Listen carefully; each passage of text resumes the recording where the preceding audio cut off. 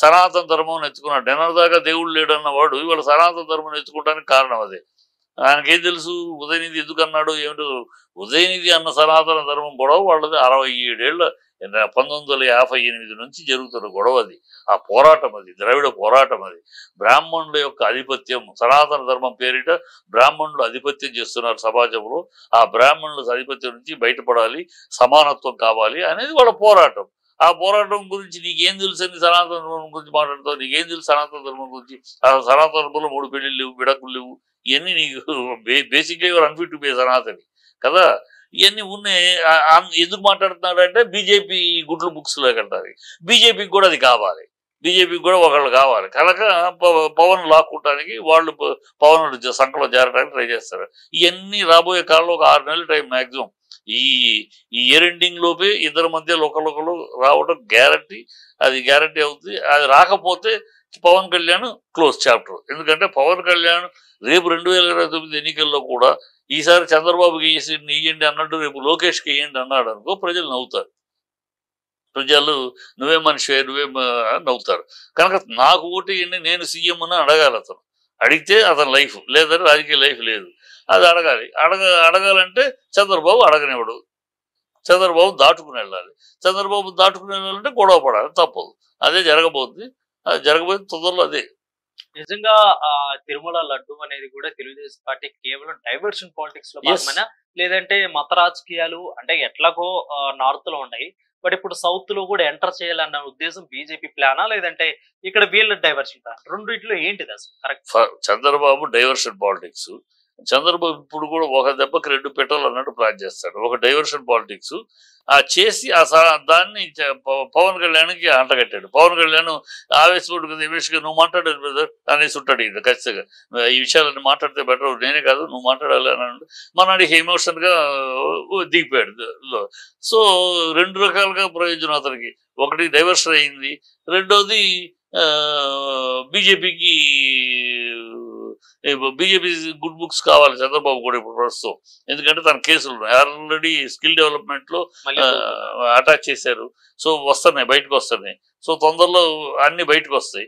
అయినప్పుడు అతను లోపలికి వెళ్ళే అవకాశం మళ్ళీ వస్తుంది. సో దాని నుంచి తప్పించుకోవడానికి ఢిల్లీ పెద్దలు అండ కావాలి. అందుకని ఢిల్లీకి వాళ్ళకి పెద్దలకు మంచి చేస్తున్నట్టు ఇది తీసుకొచ్చాడు. అది బూమరాంగ్ అయింది. ఇప్పుడు చంద్రబాబు తిడుతున్నారు, ప్రతి హిందువు తిడుతున్నారు. లేని దాన్ని తీసుకొచ్చి నీ హయాంలోనే 14 సార్లు కల్తీ నెయ్యి వస్తే నెయ్యి చెడు నెయ్యి అయితే పంపించేశారు కదా. అలాగే 18 సార్లు వైసీపీ ప్రభుత్వంలో కూడా పంపించారు కదా. అలాగే ఇప్పుడు వస్తే పంపించేస్తారు. దాన్ని ఎందుకు ఇంత రాద్ధాంతం చేస్తున్నావు? నెయ్యి వచ్చింది, కల్తీ నెయ్యి లోపలికి వెళ్ళదు. అది ఇక టెస్ట్ అప్రూవ్ అయితే లోపలికి వెళ్తుంది, లేదా బయట నుంచి బయట వెళ్ళిపోతుంది. ఇది కదా జరుగుతున్న చరిత్ర. ఒక నిర్దిష్టమైన విధానం ఉంది కదా. అక్కడ దాన్ని నువ్వు అనవసరంగా ఎందుకు లేనిపోని అనుమానాలు ఎందుకు పుట్టించావు? బ్లడ్లో కలిసి తర్వాత ఇప్పుడేమో కోర్టు చెప్పినాక అది కల్తీ జరిగింది కానీ నెయ్యి దేంట్లో జరిగింది అనేది అది వేరే విషయం అంటారు. ఇప్పుడు మొన్నటిదాకానేమో లడ్డూలో కలిసేది. సో ఇవన్నీ చిల్లర పనులు, చిల్లర రాజకీయాలు. దేవుడితో కూడా రాజకీయాలు చేస్తారు. చంద్రబాబు దేనికి దిగజారుతాడు? చంద్రబాబుకి పదవి తప్పితే దేనికైనా దిగజారుతాడు. ఎంత దిగజారాలో అంత దిగజారుతాడు. అతను మర్డర్ రాజకీయాలు చేయగలడు, కుల రాజకీయాలు చేయగలడు, సొంత భావని వెన్నుపోటు పోవడం, దేనికైనా సిద్ధం పదవి కోసం ఆయన. అలాంటి కనుక చేస్తాడు అంతే. సో అంటే బీజేపీకి పనిలో సందర్భం వచ్చింది కాబట్టి అడుగుతున్నాడు, బీజేపీకి ఈసారి సెంట్రల్ లో అన్ని తగ్గటానికి గల కారణాలు ఏంటి? అటు నితీష్ కుమార్ గౌడ్, చంద్రబాబు ఈ 5 సంవత్సరాలు ఖచ్చితంగా బీజేపీతో కలిసి ఉంటారా? ఇప్పుడు అదే చంద్రబాబు ముందున్న క్వశ్చన్ అదే. ఇప్పుడు దీనికోసం నోరు మూసుకుని కూర్చున్నాడు. చంద్రబాబు నిజంగా ఒక మనిషి అయితే, నిజంగా రాష్ట్రం కోసం మాట్లాడేవాడైతే, నిజంగా నీతి నిజాయితీ ఉన్నవాడైతే ఇవాళ స్పెషల్ స్టేటస్ గురించి అడగాలి. ఎందుకంటే నువ్వు 2018లో ఇదే కూటమి నుంచి నువ్వు బయటికి వెళ్ళిపోయావు. ఏ పాయింట్ షిప్ బయటికి వెళ్ళావు? స్పెషల్ స్టేటస్ ఇవ్వటం లేదు. స్పెషల్ స్టేటస్ ఇస్తే ఆంధ్ర రాష్ట్రం స్వర్గధామం అవుద్ది, ఆంధ్ర రాష్ట్రం ఉద్యోగాలు వచ్చేస్తాయి యువతకి. కనుక అది అడిగితే అది ఇవ్వట్లేదు బీజేపీ. అందుకని నేను బీజేపీ నుంచి వైదొలుగుతాను కదా వచ్చావు. ఇవాళ నువ్వు ఎలక్షన్ ఇవాళ ఎందుకు 2014 నుంచి 18, 19 దాకా ఆనాడు బీజేపీ స్ట్రాంగ్ సింగిల్ పార్టీగా ఉంది కనుక ఎవడేం మాట్లాడలేకపోయారు. సరే 2019 నుండి 2019 కూడా జగన్ నేను మెడలు ఉంచుతాను అయ్యన్నాడు ఇయ్యన్నా తీరా ఎన్నికలు అయినా చూస్తే వాళ్ళ 2014 కన్నా 2019 ఇంకా స్ట్రాంగ్ అయ్యారు బీజేపీ.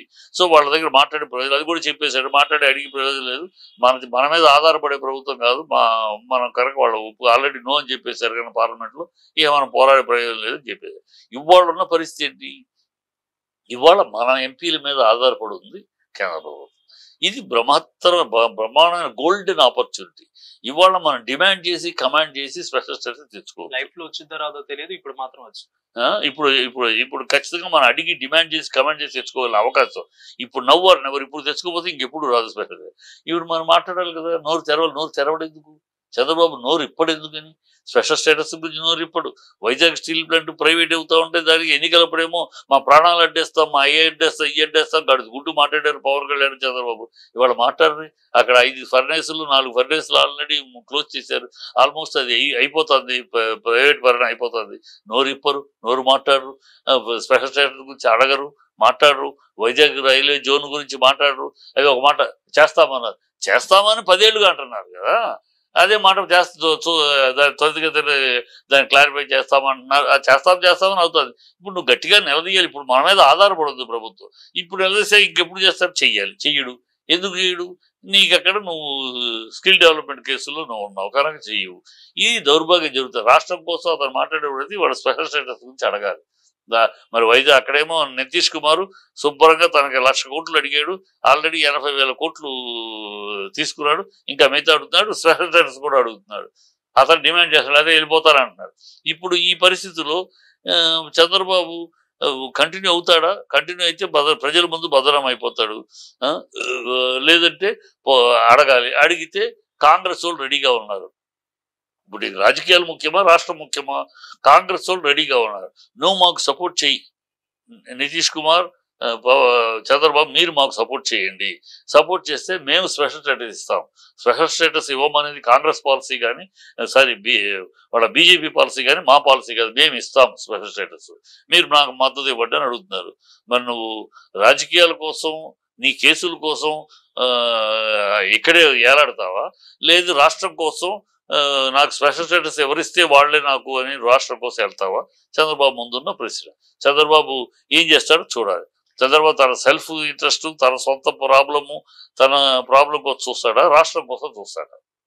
అంటే ఈ 5 సంవత్సరాలు బీజేపీ ఉండిద్దా? ఎందుకంటే ఇంచు గ్యాప్ ఉంది ఎక్కువ పోల్చుకుంటే, ఇంచు గ్యాప్ అవుతుంది కాంగ్రెస్ కి, ఇండియన్ కూటమికి, ఇటు బీజేపీ. సో అంటే 5 సంవత్సరాలు ఉండిద్దా? లేదు అంటే బీజేపీ చాలా పొరపాటు క్యాల్కులేషన్. 300 వాళ్ళు ఎక్కడ 99 మొత్తం కలిపి 99 సీట్లు కాంగ్రెస్ మిగతా అన్ని కలిపి వేరే 99 కాంగ్రెస్ కి వచ్చి ఏముంది? ఇండియా కూడా మొత్తం కలిపి ఏం ఛాన్స్ లేదు. అది అలా కాదు. వీళ్ళిద్దరూ మారితే